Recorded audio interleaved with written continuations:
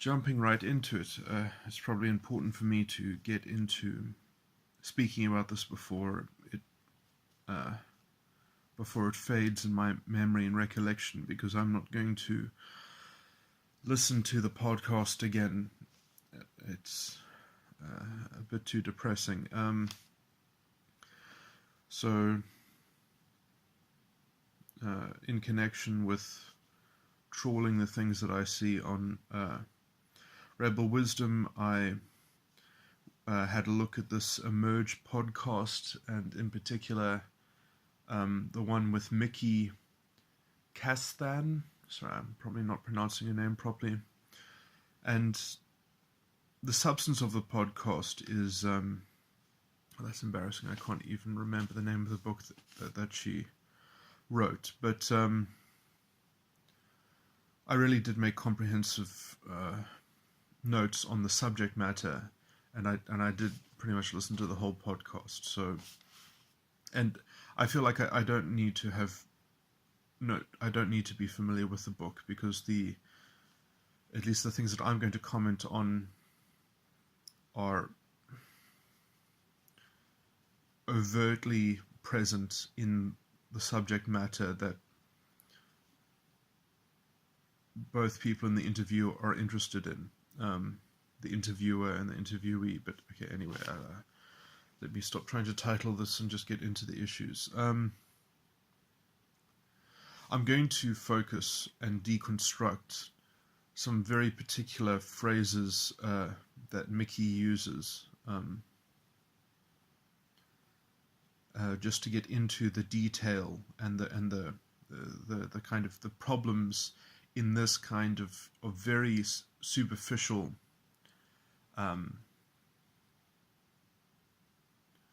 treatment or psychologizing of the issues. And I do want to say that there are times in this podcast where she talks about certain principles which I do think have tremendous value, that she has got fragments of things which are, let's say, dead right, but there is absolutely no consistent deployment of that thinking within her body of critical reasoning.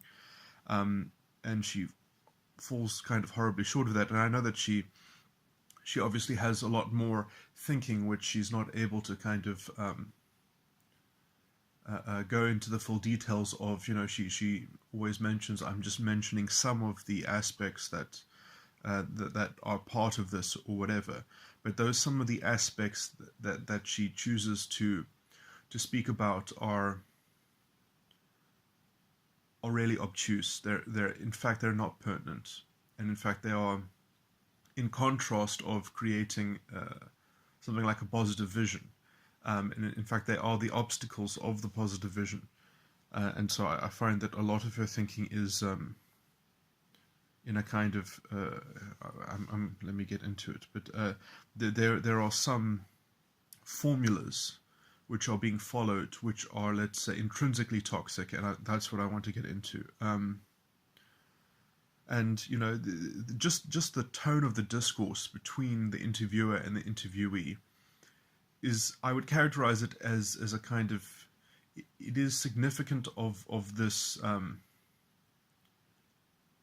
I don't know even how to characterize it, but it's like a superficial awakening.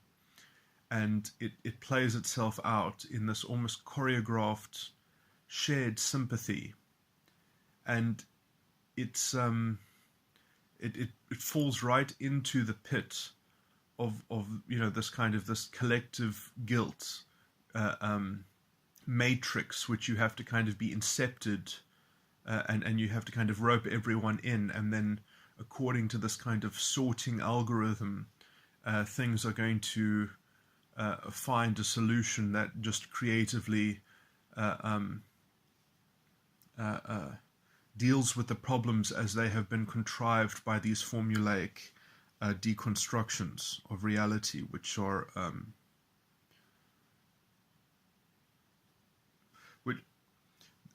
a lot of these things only are able to occur, and this is a topic in itself that I was even starting to think about trying to create a recording on directly, you just need a grain of moral confusion. You just need just a tiny seed of moral confusion with which to kind of salt the earth, as it were, and create these pernicious mind viruses almost, which just kind of have their inbuilt programming, which I mean, it's funny that the people who talk about programming and structural things seem to be themselves the most prone to inculcating. They are complaining about the things to which they are most evidently subject to, and there are metaphysical reasons for that, and I also want to touch on those perhaps. Okay, so I think some of this is best.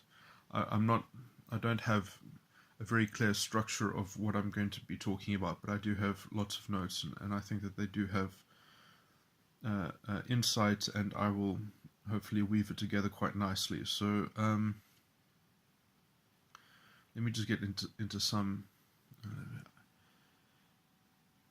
So the main problem with these idealist, abstract, disembodied, vague claims, which essentially abuse the listener, listening to this kind of listless collective guilt and this vortex of sympathetic salvation through some kind of collective shame, collective guilt matrix, where all we have to do is basically find. I mean, it will always eventually hinge on some kind of scapegoat, where you're scapegoating things that are unrightfully being targeted as the kind of the nexus and the cause of problems, where they are by no means the cause of problems. And I can even get into an example of this, but she talks about feudal society being the precondition for the emergent capitalism, and how capitalism is the illusion of freedom. Now, this kind of claim is insulting to the listener, because you're implying that you have some kind of recourse to some kind of objective idealist framework, and you're setting up a kind of false dichotomy. I mean, and I'm going to show you how transcendence works as well, perhaps, and how to transcend. But claims like capitalism is the illusion of freedom, that is very problematic, as if there is some kind of tabula rasa that we can have recourse to. And some of her thinking does have those very strange axioms built into them, that there is some kind of a priori primal creativity that we just can kind of rationally find some new evolved humanity within us. And I mean, there is a sense in which you can do something like that, but it's not on those philosophical maneuvers that you can access it. Okay, so she talks about, I think, the intrinsic problem with capitalism is that money gets equated with freedom. Now, this is not a problem, actually. This is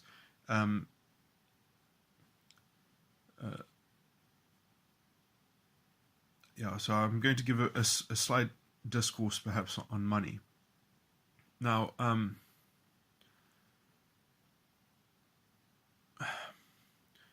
she talks about Wilberforce overcoming slavery, and I think that she even overlooks the method to which Wilberforce used.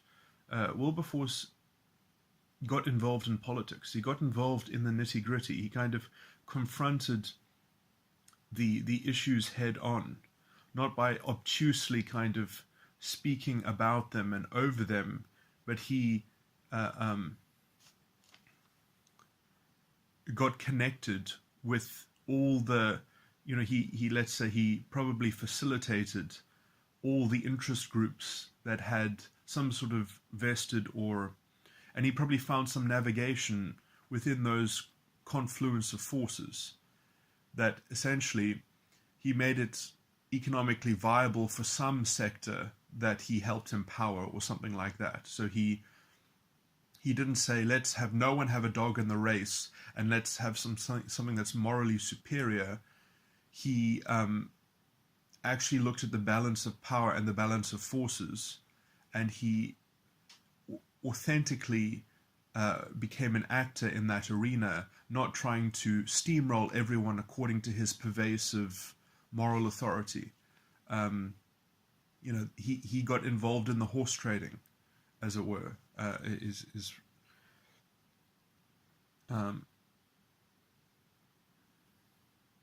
least probably behind closed doors, that's what was happening. But okay, let me just at least round up this point before I get into just the issue of money. Is that, when you're offering something that's almost of a religious quality in terms of its idealism of a kind of a better world or something like that, I'm very suspect of kind of religious visions which do not have the appetite or the capacity to actually generate real political planning and policy, and that it doesn't actually have the broadness of informing what a political platform would have to contain and entail. So you've got this very fragmented, abstract concept, and you have and somehow everything must conform to it, but it doesn't actually have a way of treating all the different avenues and facilities in life and the complexities of life and the issues. And then you get this very pie in the sky thinking that is being misapplied, and expecting everything else to fall in line sympathetically with it.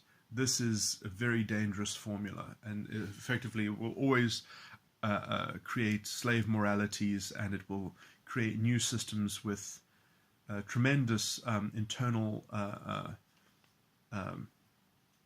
tension that just manifests in some other ideological avenue. It just redistributes new tensions, and it often metastasizes those same incoherencies that it just relocates. But because of the filtering of the new system and the ideological filter of the new system, it actually subverts the resolution of those things. They become more insidiously part of the general programming, which becomes the basis of the new solution or whatever. And you can see a lot of this playing out almost in the emotional narrative happening in this podcast. It's kind of a weird sort of virtue signaling or a weird kind of dance that it just feels so fake, and that, I mean, maybe for the people involved in it, you can see the sentimentality of it, but how it's just so repetitive, and how it even is the token of setting down these new ideological framework and boundaries that will be the foundation of this new platform and this new solution. Okay, let me just talk about money now. So all money effectively does within capitalism, and I mean, actually capitalism is de-evolved enough in its operation. It's decentralized enough, it's potentially decentralized enough in its operation, that essentially no revolutionary should complain, no radical has the cause to be radical. I mean, never has it been so easy for freedom to just be picked up off the ground. It's lying there in wait, and no one is willing to do the real work, as it were. They just want to complain and try to extract it from the ether like some kind of parasite. The facility of the freedom that money entails, it only comes to fruition. Okay, I'm talking ahead of myself, but essentially, all money does is it allows people to coordinate with one another. So money is the medium in which coordination, and really coordination is the thing that is generating wealth.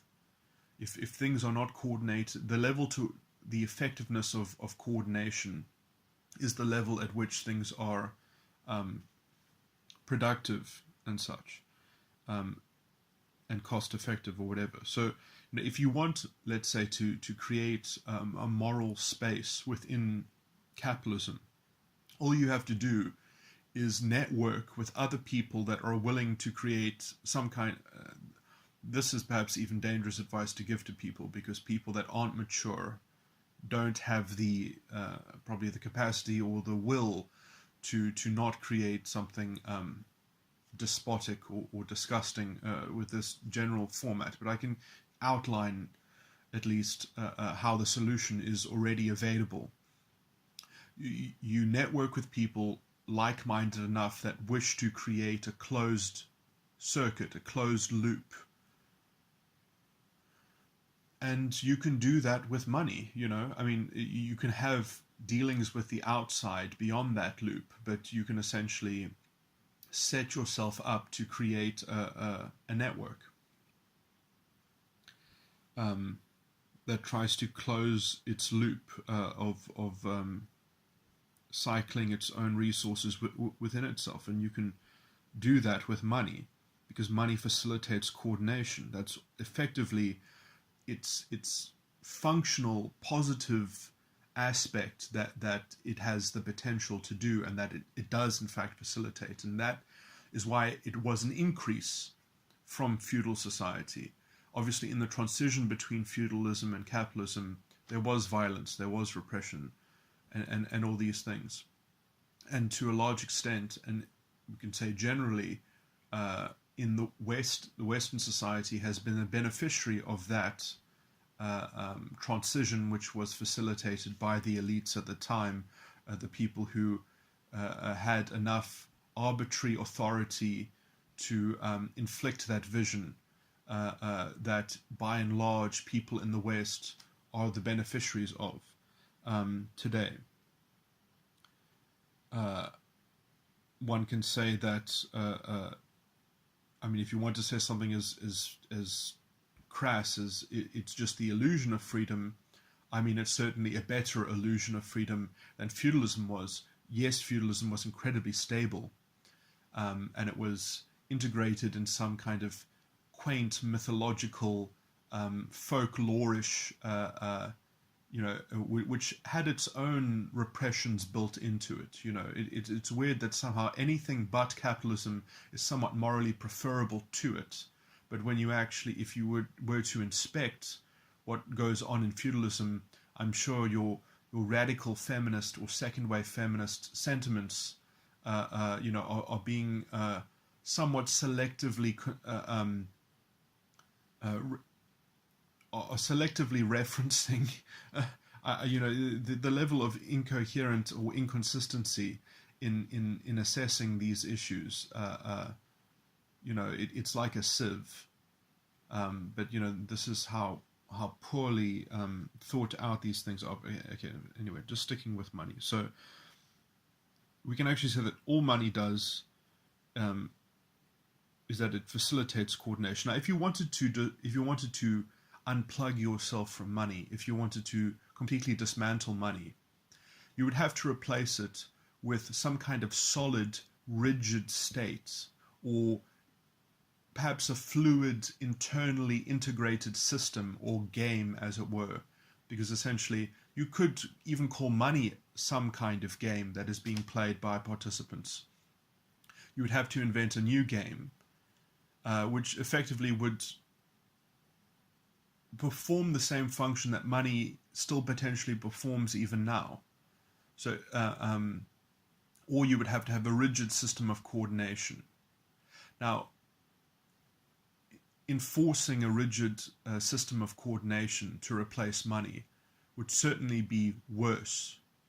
It might, in some kind of systematic way, it might be able to avoid certain eccentricities or decadence, but it would do so at the tremendous cost of liberty and freedom. And although you might be able to design some basic security built into it, it would essentially be soul-destroying. And I would even say that because money can be used corruptly to set up, let's say, malfunctioning coordination, is actually not a negative, it's a positive, because if anything, it allows people to authentically and genuinely express their condition, the state of their character. So you can reduce the problems in capitalism to the problems of dormant within humanity itself and even within psychology. The idea that you're going to fix people by having an enforced stricture within some kind of enforced social cohesion, that you're going to have this built-in coordination system, is very authoritarian, and in some way it does get closer to the feudal situation, which can only sustain itself by the feudal situation morally. Only was able to. The feudal society was very stable. It lasted. It was in existence for a tremendous amount of time. Something that can endure that much can't be all that bad, as it were. And there was the civility that was inculcated because of feudalism is certainly what gives the West its foundation for having the ability to laterally develop from its foundation of respect for individual freedom. Is that one of the primary aspects of how feudalism functions is that it was the marriage between the authority of the religion and state power, that there was this alliance in which the state and there was a conformity between, you could say, spiritual authority and state power. And and that is going to be that in essence is what happens when you try to create a closed loop within a network, which obviously would be much better to do that on the private scale within your private organization than trying to do that through the state. Because if you try to do that with the state, you have to inherit a whole section of the population which does not agree with you, which perhaps does not think the same way, that does not want to go the same way. And now you have to religiously almost indoctrinate them into your moral code. Very problematic.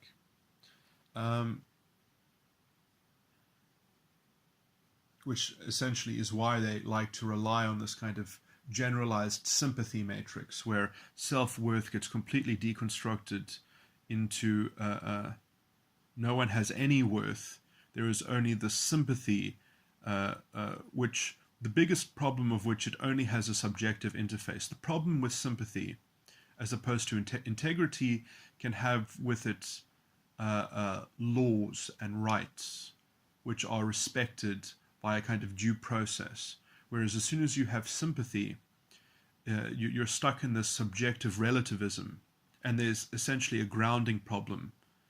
And that is why it always manifests as a slave morality, and why then you will have to, and that's why it's prone and subject to these very toxic emotional sentimental investments into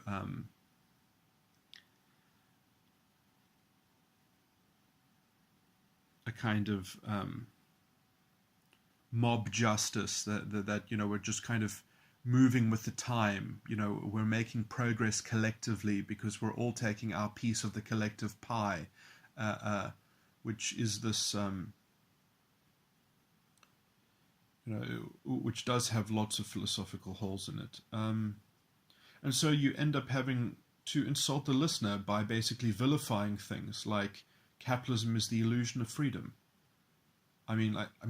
there are implicit presumptions built into that kind of claim. If you say that, then you're saying that you know what real freedom is. And the only definition that I can see in any of her ramblings about freedom is effectively it is the removal of illusions or something like that. It's well, I would say you can remove illusion subjectively, and that's what you must do. And there will always be confining conditions and circumstances. The point is not to remove the concept of limitation from the human entity. It is to know how to deal with it effectively and how to handle it and manage it. And the failure to do that with the tools that are already available, that are already accessible, in fact, the biggest threat to freedom are people with these kinds of very loose, morally confused systems that effectively create the atmosphere in which we're going to have very controlling government actors that obfuscate any kind of individual integrity and moral latitude for creating anything that doesn't come from the top down, anything that doesn't orchestrate itself as a kind of paternalism or a kind of guardianship principle. So these are the people that are propagating this kind of guardianship morality, and under that vehicle you can carry people away with your bandwagon of deconstruction. Okay, let me have a look at my other notes.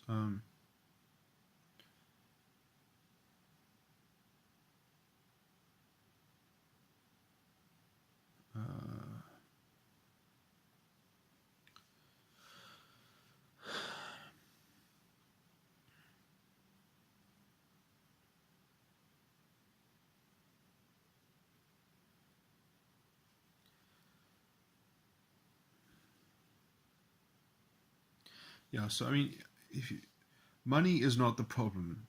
Not coordinating, you could say, is the problem. And creating ways to coordinate will always be the challenge.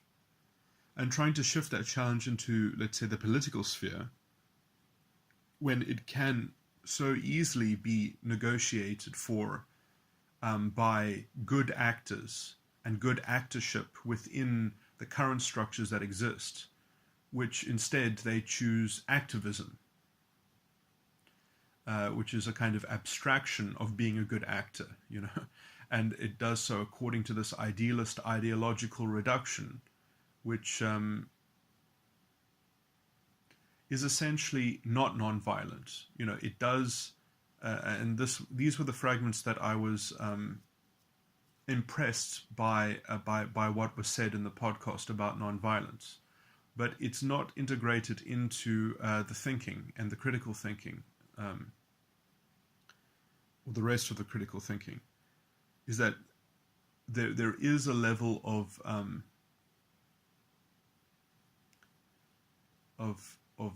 contemplation, cerebration, and activism, of which a lot of the ideological fragments mentioned do fall into that toxic category.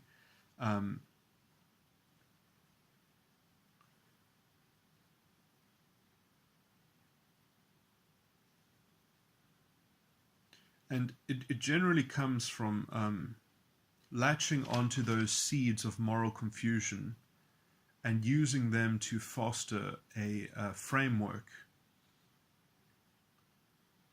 in which you can hypothetically control the problem instead of working out what you would need to do on the ground to broker the peace and broker the tranquility and actually get involved. But the people that do this, they don't want to know anything about economics or finance, but somehow everything must sort of get better, um, and so at the very point at which it would be great for people to actually be skilled and to know about these things, instead they're learning about radical theories of deconstruction, and they don't even know how to construct the things that they are supposedly critiquing from this very abstract plane, um, of telling us what is illusory about our system, when they are the ones who are confined to an illusory framework where they are completely disconnected from reality and the complexity within reality, and the dynamics of how people are interfacing with and so I mean they do this essentially by ideologically atomizing human beings, which she complains about the atomization which is created by capitalism, but I don't see any difference in what she said about how human beings have never been apart from a socially constructed space, and so we don't know anything about human nature. How is that not atomizing the human being on an intellectual level? And even by her own reasoning, therefore, one should understand that you have to novate what you have. You cannot revolt, as it were. You have to intelligently novate with what you've got. And so you better understand how what you've got is working, and how what you have, how it is working so well, and in fact how to be grateful for it before novating that thing. Or at least wishing to novate it. But I mean, there is actually no appetite for novation. In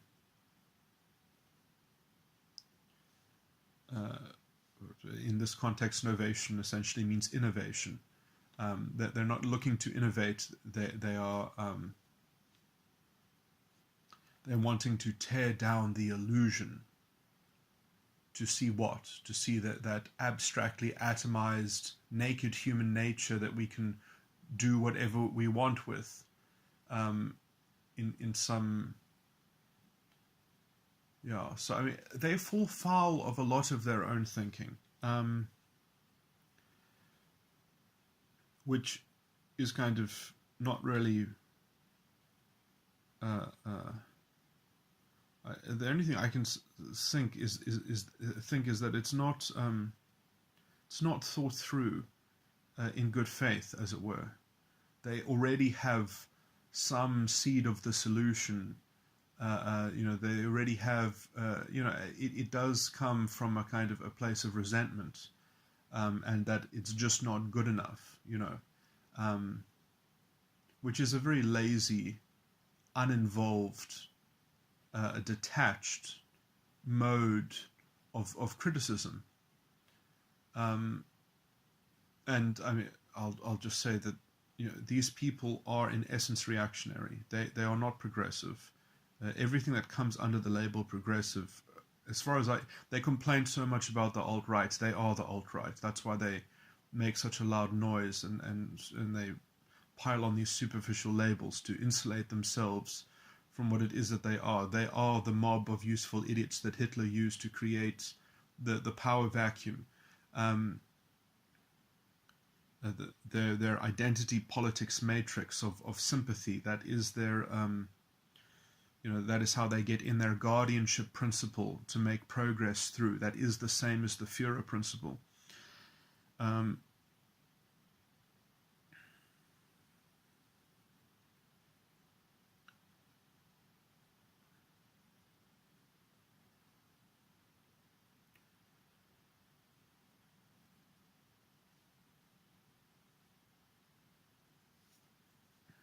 Okay, so I think there are some other low-hanging fruit that I should speak to as well.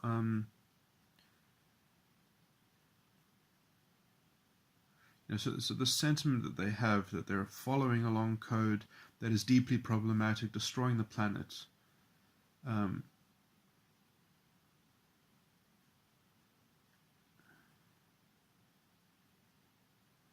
and this kind of this recourse to this general moral sentiment of a kind of moral knowledge and moral authority that unsettles the implicit justification of those in charge.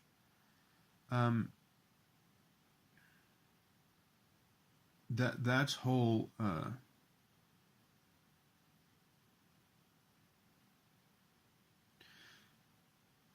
you see, I was just going to give an ode as to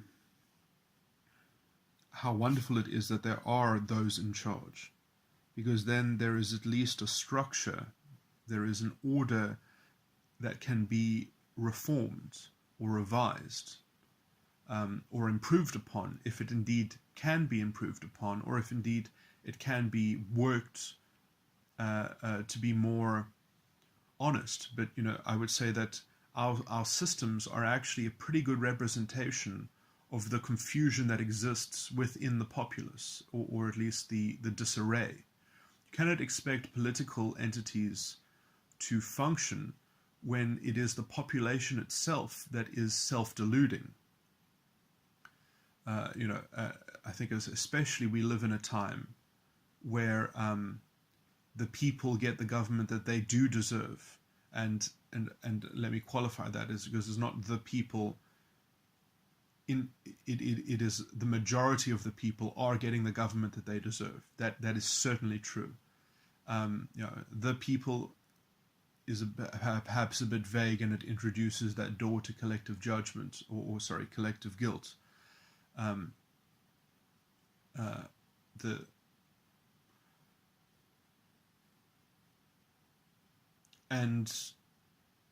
That doesn't have a direct, easy solution. Like, oh, we just need to get people woke. We just need to get people conscious and throw out some one-liners. No.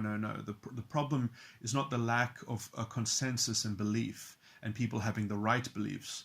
The problem is people not having a robust internal critical faculty. The problem is the problem of ability. It's not the problem of the right information is reaching the nodes. It's the problem of the ability to digest and process, and then perhaps channel insight into the right focus. So let's just say you've got people who believe the right things. Well, at some point someone has to say, well, these political parties aren't they don't correlate with the real political issues and the real things that need to be found a compromise for within the political economy. So the kind of the ways in which the political economy is failing to translate. I mean, in as much as it fails to translate at the moment, why is it failing to translate those things? And also, we might even say it's a good thing that it's failing to translate those things, because, again, people's own assessment of these things are not great, but you also don't know how they can even think about it, because we do think through the organs of our media and our sense-making apparatus, which are external to us to some degree. We are being conveyed through a communal organ which we share. And so when we have the media lying to us or filtering the news a certain way or something like that, when we don't have the right mix of sense-making within the collective reservoir, I mean, we have some things that I would say work very well. I mean, if you actually look at television, the thematic richness in that is available, that is simply people not willing to engage with that depth of complexity, because perhaps they are unable to, which is perhaps a failure of the education system. But at some point, what do you work on before you can make inroads? And at some point we have to recognize that we are being limited by the limitations that are inherent within the individual at some point as well. We can't just say the problem is in the ether. No, the problem is inside the individual. and it is not because you have not subscribed to the more virulent form of group shame. And so things that improve ability and that you could say increase IQ points, that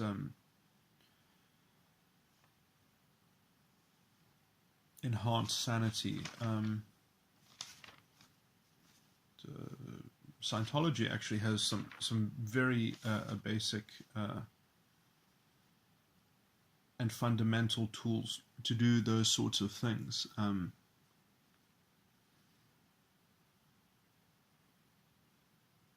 A more integrated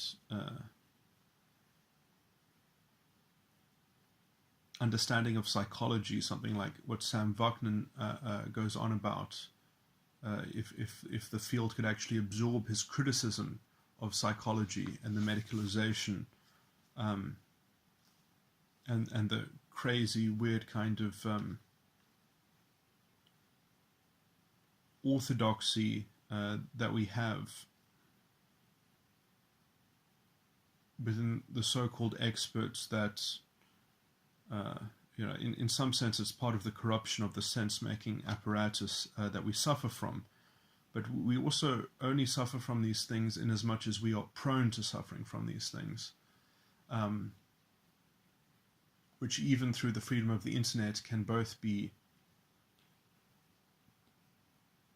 circumvented. Well, I'm basically saying that the internet is free enough that people who are self-deluding are continuing to propagate their own groupthink and bandwagon allegiances and such. Perhaps they don't have the meekness of spirit to have an open ear for their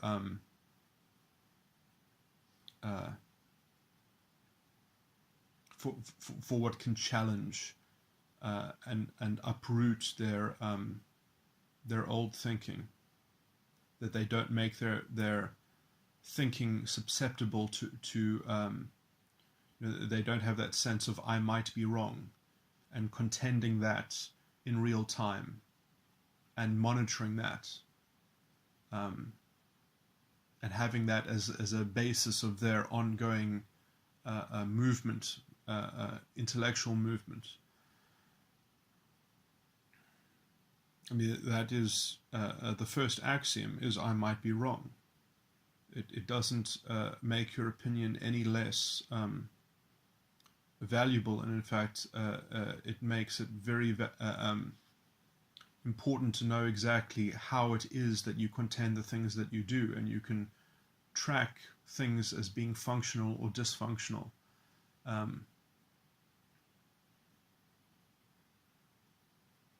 Well, this is also premised on having a kind of reasoning from first principles, and always acting on a collection of first principles that you are consciously aware of construing. And so you are creating it in real time. You are postulating it in real time.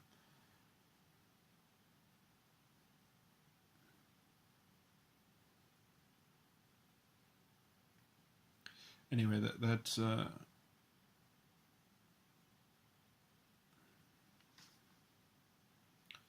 I guess, yeah, so I ended up just talking about some general things. What else was there to say?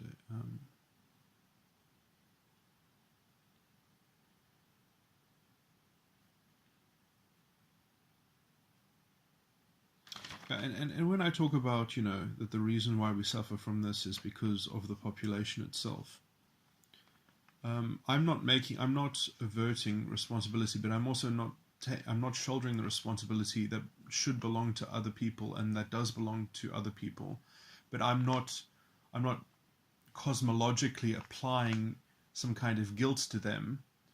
I am transmitting my attention against them, and I'm doing so through this recording is one of the means that I'm doing so. But also, if I'm confronted with it, and I'm confronted with what I believe is an inroad into making that point, I will communicate it. in my own interpersonal capacity, with my own ability and my own power. It's not for me to issue these cosmological edicts. It's for me to continue to contend my beliefs. Oh, is this a note? Okay, no, that's not something I can say. Okay, yeah. So that's about it.